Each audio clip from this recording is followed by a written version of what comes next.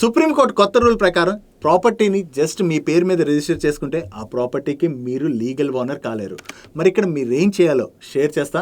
ముందు ఈ వీడియోని లైక్ చేస్తూ ప్రతి ఒక్కరికి హెల్ప్ఫుల్ అవుతుంది కాబట్టి ఈ వీడియోని షేర్ చేసేయండి. అండ్ అలాగే ఇటువంటి మంచి ఇన్ఫర్మేషన్ రెగ్యులర్గా ఫాలో అవడానికి మనం మనీ పర్ స్పేస్ని అయితే ఫాలో అయిపోండి. ఏదైనా ప్రాపర్టీని కొనే ముందు ఫస్ట్ మనం సబ్ రిజిస్టర్ ఆఫీస్కి వెళ్ళి ఆ ప్రాపర్టీ ఆ సెల్లర్ పేరు మీదే ఉన్నదా, దీని లీగల్ హైర్స్ ఎవరు, అండ్ ఈ ప్రాపర్టీ పైన లోన్స్ ఆర్ డిస్ప్యూట్స్ ఏవైనా ఉన్నాయా అన్నది మనం ఫస్ట్ చెక్ చేసుకోవాలి. అండ్ వీటితో పాటు ఒకవేళ ఆ ప్రాపర్టీ వారసత్వంగా వస్తున్నటువంటి ప్రాపర్టీ అనుకోండి, అంటే తాత ముత్తాతల నుంచి వస్తున్నటువంటి ప్రాపర్టీ అనుకోండి, సిబ్లింగ్స్ యొక్క ఎన్ఓసి తీసుకోవడంతో పాటు వీళ్ళ పేరు మీద బిల్ కరెక్ట్గా రాసున్నదా లేదా అని మనం చెక్ చేసుకోవాల్సి ఉంటుంది.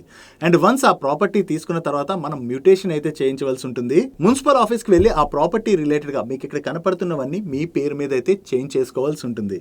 ఒకవేళ ఇలా కాకుండా మీరు బిల్డర్ ఫ్లాట్స్ కనుక కొంటున్నారనుకోండి, అప్పుడు ఆ కరెంట్ బిల్ కావచ్చు, వాటర్ బిల్ కావచ్చు, ఇవన్నీ కూడా మీ పేరు మీద మారాయా లేదా అని చెప్పి వెంటనే చెక్ చేసుకోవాలి. సో ఇకపైన ప్రాపర్టీ కొంటున్నట్లయితే ఈ జాగ్రత్తలన్నీ తీసుకోవాలి కాబట్టి ఇవన్నీ చెక్ చేసుకుని అప్పుడు ప్రాపర్టీ కొనుక్కోండి.